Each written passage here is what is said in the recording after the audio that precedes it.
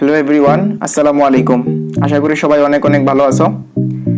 তো তোমাদের নবম শ্রেণীর চতুর্থ সপ্তাহের ইংরেজি বিষয়ের অ্যাসাইনমেন্ট নং 2 এ তোমাদেরকে স্বাগতম। আমি আজকের এই ভিডিওতে তোমাদেরকে শুরু থেকে শেষ পর্যন্ত অ্যাসাইনমেন্টটি অর্থ সহ বুঝিয়ে দিব। আশা করি তোমরা যদি এইভাবে কমপ্লিট করো তাহলে তোমরা পূর্ণাঙ্গ মার্কস পেয়ে যাবে। তো একটা কথা বলে নেই, তোমাদের এই অ্যাসাইনমেন্টগুলো তোমাদের মেইন বুকে যেহেতু আছে, সো আনসার তোমরা গাইডে পেয়ে যাবা। কিন্তু ইউনিট 5 লেসন 1 এর আনসারটা গাইড বইয়ে ঠিক থাকলেও ইউনিট 5 লেসন 3 এর আনসারটা প্রপারলি হয় নাই। অর্থাৎ তোমাদের যে 5টা বিষয় মেনটেন করে রিপোর্টটা লেখার জন্য বলা হয়েছিল, গাইড বইতে 5টা বিষয় মেনটেন করতে পারে নাই। তো সেক্ষেত্রে ইউটিউবের অনেক টিউটোরিয়াল দেখতে পাবা যারা গাইড থেকে কপি করছে, অর্থাৎ কিছু কাটসিট করে দিয়ে দিছে। সেক্ষেত্রে তোমরা ওইটা ফলো রাখবা। তো আমরা আমাদের অ্যাসাইনমেন্ট শুরু করতেছি। আমাদের অ্যাসাইনমেন্টের serial second assign task, unit and title of the lesson, unit 5 lesson 1 the grade of the mighty rivers, unit 5 lesson 3 man and climate.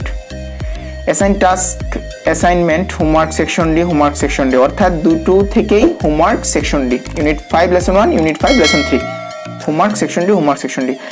Assign criteria, teacher তোমাদের যে বিষয়ের উপর মূল্যায়ন করবে, teacher will check vocabulary, grammar, spelling, অর্থাৎ teacher তোমাদেরকে এই 3টি বিষয়ের উপর মূল্যায়ন করবে।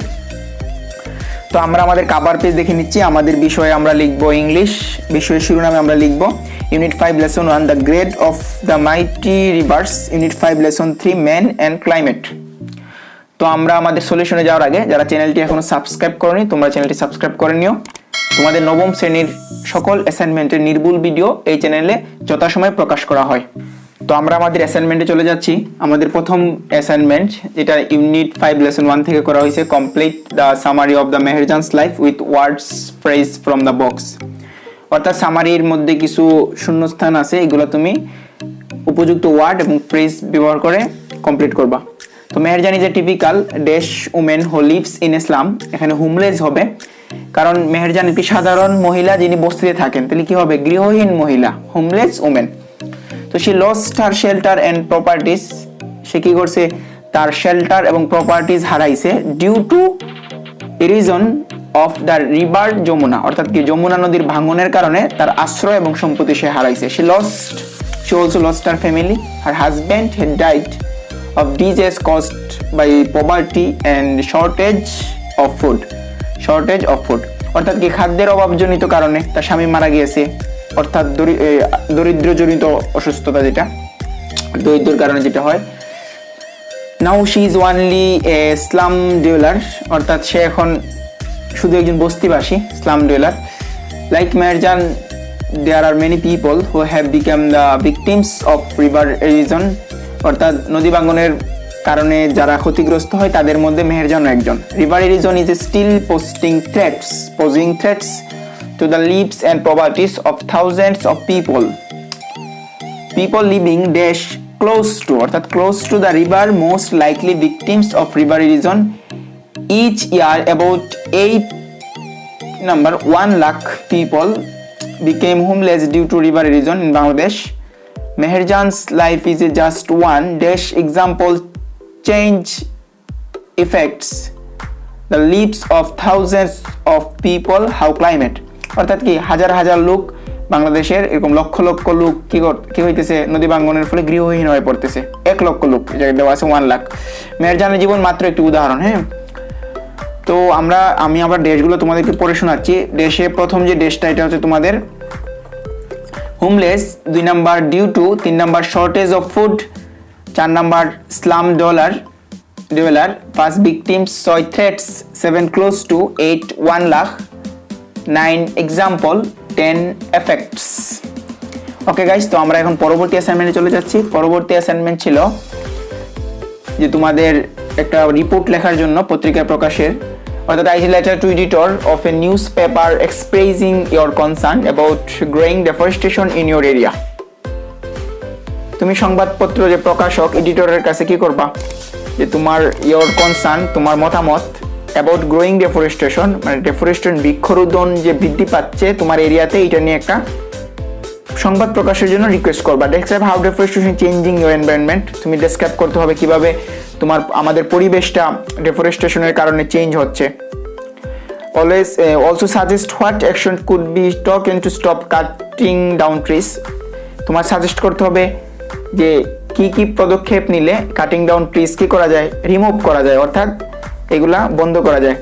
ফলো দ্য ক্লো বিলো, এগুলা ক্লো বিলো মানে ফলো করতে হবে। ডেঞ্জার কজড অফ ডেফরেস্টেশন, বন উজাড়ের ফলে সৃষ্ট বিপদ। Increase of carbon dioxide atmosphere, carbon dioxide বায়ুমণ্ডলে যে বৃদ্ধি পাচ্ছে এটা নিয়ে। The green house effect, green হাউসের প্রভাব। Make people aware of the adverse effect of deforestation, জনগণকে বন উজাড়ের বিরূপ প্রভাব সম্পর্কে সচেতন করা।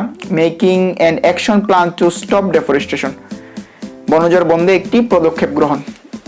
তো আমরা কিভাবে লিখবো আমরা একটু দেখে নিচ্ছি। আমরা এই 5টা ক্রাইটেরিয়া মেনটেন করে আমাদের রিপোর্টটা সাজাইছি। তো 20 দিয়ে দিবা ছোট করে। November 2020, the editor, the Prothom Alo, Dhaka. Subject application for publishing an article on growing deforestation, ক্রমবর্ধমান বনভূমি সম্পর্কিত একটি নিবন্ধ প্রকাশের জন্য আবেদন। Dear sir, with due respect and honour, I would like to let you know that I am an inhabitant of Faridpur. যথাযথ শ্রদ্ধা ও সম্মানের সাথে আমি আপনাকে জানাতে চাইছি আমি ফরিদপুরের বাসিন্দা।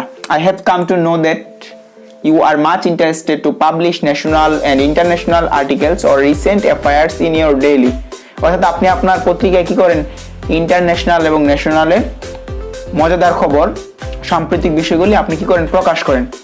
তো so I have written an article growing deforestation in my area, আমি সম্পর্কে একটা কি লিখছি, গ্রোয়িং ডেফরেস্টেশন ইন মাই এরিয়া নিয়ে আমি একটা প্রবন্ধ লিখছি। I would be grateful if you kindly published it in your renowned daily newspaper, আপনি যদি আপনার স্বনামধন্য পত্রিকায় আমার এটা প্রকাশ করেন আমি কি থাকবো, চিরকৃতজ্ঞ হব। তো গ্রোয়িং ডেফরেস্টেশন ইন ফরিদপুর এই টাইটেলে আমরা লিখবো we are creating many problems. আচ্ছা একটা কথা বলিনি গাইজ, তোমাদের কি লিখতে গেলে, রিপোর্ট লিখতে গেলে সংবাদপত্রে যখন লিখবা তখন কিন্তু তোমাদের কিছু গাইডলাইন মেনটেন করতে হয়। যে প্রথমে তুমি কি দিবা, ঠিক তারিখ দিবা, তারপরে তুমি টাইটেল দিবা, তারপরে শেষে আবার কি দিয়ে দিবা, তুমি বিনীত নিবেদক যেটা আমরা বলি এভাবে দিতে হয়। সো এটা তোমাদের একটু ফলো রাখতে হবে।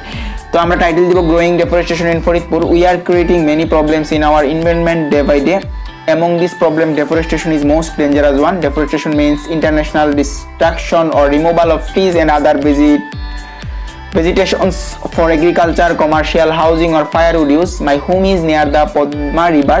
We are facing the consequence of deforestation. The river has already lost its natural flow. It floods its bank every year. The biodiversity is being hampered. Still, there are some greedy persons who are cutting down trees indiscriminately. Flood and river erosion have become an ever companion for the people of our area. For this, many cultivable lands have lost its fertility. অর্থাৎ এই জায়গায় কি বুঝাইছে যে আমরা আমাদের পরিবেশ নষ্ট করতেছি, ডেফরেস্টেশন তার মধ্যে একটা অন্যতম। আমরা যে আমাদের পরিবেশ বিভিন্ন দিন দিন নষ্ট করতেছি এর মধ্যে ডেফরেস্টেশন একটা বিপজ্জনক। তো ডেফরেস্টেশন মানে কি, গাছ কাটা, ইচ্ছা করে গাছ কাটা অথবা গাছ অপসারণ করা। হ্যাঁ, তো আমার বাড়ি পদ্মা নদীর কাছে, আমরা এই ধরনের সমস্যার সম্মুখীন হচ্ছি। নদী কি করতেছে, নদী আমাদের ধীরে ধীরে প্লাবিত হচ্ছে এবং তারপরেও কিছু বিলুপ্ত কি করতেছে, যারা নির্বিচারে গাছ কেটে নিচ্ছে। তো বন্যা এবং নদী ভাঙন আমাদের এলাকার মানুষের জন্য কি সঙ্গী হয়ে দাঁড়িয়েছে। For this many cultivable lands have lost it's fertility, অর্থাৎ এর জন্য অনেক আবাদি জমি উর্বরতা হারিয়েছে। আমি যদি একদম লাইন টু লাইন তোমাদেরকে অর্থ বোঝাই তাহলে ভিডিওটা অনেক লম্বা হয়ে যাবে। হ্যাঁ, সো তোমাদেরকে একটু সারমর্ম দিয়ে দিব। It rains continuously during rainy season because of heat wave and cold wave. Many people die every year. অর্থাৎ কি, তীব্র শীত এবং তীব্র গরমের কারণে, তীব্র প্রবাহ যেটা প্রবাহের কারণে অনেক লোক মারা যাচ্ছে। Moreover, the season are shifting in Bangladesh. This year the summer was very long and the winter has come late. অর্থাৎ কি, গ্রীষ্মকালটা দীর্ঘ হয়ে যাচ্ছে এবং শীত অনেক দেরিতে আসতেছে, যেমন এবার এখনো শীত আসে নাই। হ্যাঁ, all these things contribute to the change of our ecology.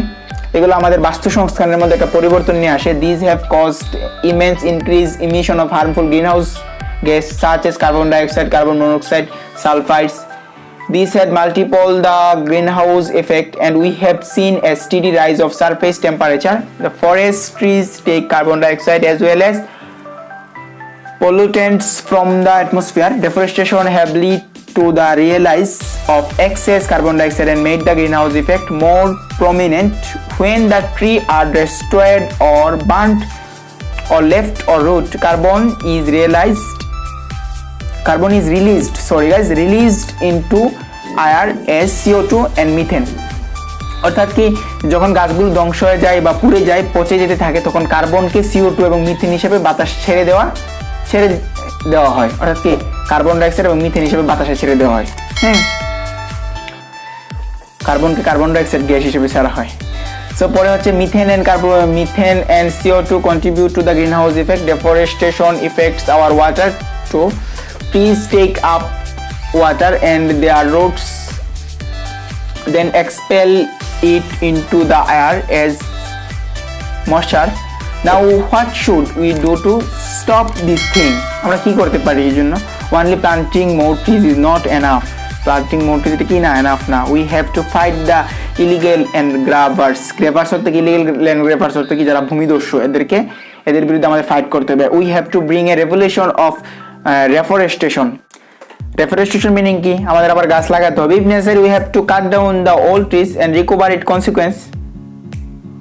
অর্থাৎ কি যে আমাদের যদি দরকার হয় we cut down old trees, পুরাতন গাছ কেটে ফেলবো, to recover its consequence, নতুন কয়েকটা গাছ আবার লাগিয়ে দিব। We have to plant a number of new trees instead of firewood. We have to use solar energy for making fire and for other needs. We can use recycled item. We have to rotate crops. We have to abide by the laws of programs that are made to save the forest. We must protest this growing deforestation at any cost. Your faithfully, তুমি তোমার নাম দিয়ে দিবা, আমি x দিয়ে দিছি। ওকে, so তোমরা আশা করি বুঝতে পারছো। তোমাদেরকে লাইন টু লাইন আমি অনুবাদ শোনাই নাই, কারণ যদি শোনাইতে চাই তাহলে 15 মিনিট 20 মিনিট হয়ে যাবে ভিডিওটা। আমি চাচ্ছি যত সংক্ষেপের মধ্যে তোমাদেরকে বুঝিয়ে দেওয়া যায়। তোমরা যদি এইভাবে দাও তাহলে তোমরা পূর্ণাঙ্গ মার্কস পেয়ে যাবা আশা করি ইনশাল্লাহ। সো যারা ভিডিওটি শেষ পর্যন্ত দেখছো তোমাদেরকে অসংখ্য ধন্যবাদ। 1-2 দিনের মধ্যে আমি তোমাদের অন্য সাবজেক্টগুলোর অ্যাসাইনমেন্টগুলো দিয়ে দিব, তোমরা এই চ্যানেলে পেয়ে যাবা। তো তোমরা যারা চ্যানেলটি এখনো সাবস্ক্রাইব করোনি তোমরা চ্যানেলটি সাবস্ক্রাইব করে নাও এবং পাশে থাকা বেল আইকনটি বাজিয়ে দাও। তো ওকে, আল্লাহ হাফেজ গাইস।